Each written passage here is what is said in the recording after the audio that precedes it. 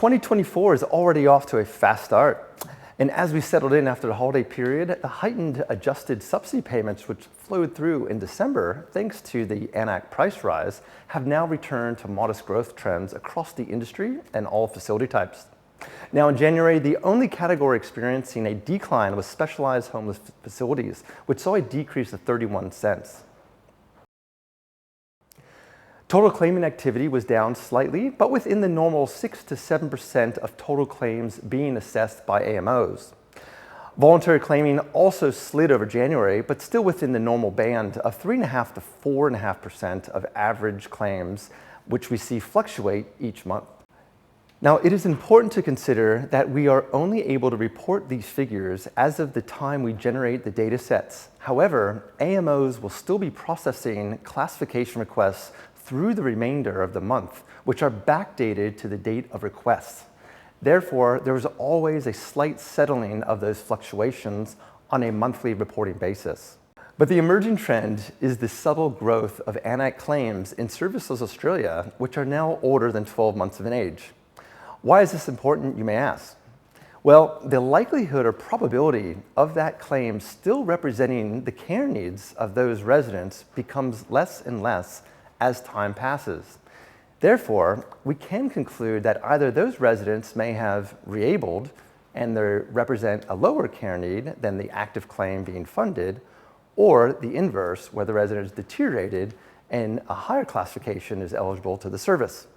So where a portion of that resident population now reflects a higher class than what the provider is being funded for the required day-to-day care activities. Now, with that knowledge, the industry now has nearly 64% of their resident ANAC claims reflecting a picture of care that was determined more than 12 months ago by a contracted AMO. With the positive growth trend of occupied bed days by the sector, January had a slight stumble, but with holding just shy of the 89% occupied bed day watermark. Modified Monash 5 facility and specialized facility types continued to move forward. And short stay residents did come backwards last month, dropping to only 21.5% of consumers staying in care less than 6 months, which is at the lower band of reporting over a calendar year. And new permanent and respite admissions also slowed down over January as residents and their families appeared to seek alternative options over the holiday period. This is another monthly reporting category that can change as new entries will be added retrospectively into Services Australia, slightly changing the reported figures on a month-to-month reporting cycle.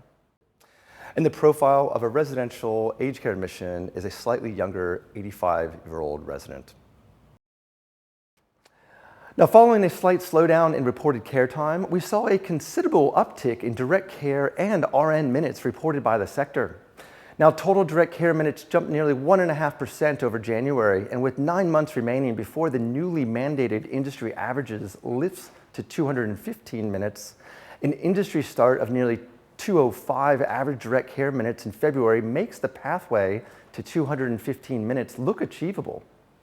However, total reported RN minutes continues to lag due to the workforce constraints, but January saw the highest ever reported RN minutes, now just shy of the 40-minute industry watermark. On Valentine's Day, yes, February 14th, which is the mandated QFR filing, the regulator now has the first data set against mandated care minute targets on the sector. This marks a significant milestone since the implementation of mandated care minutes and those targets which were applied last October.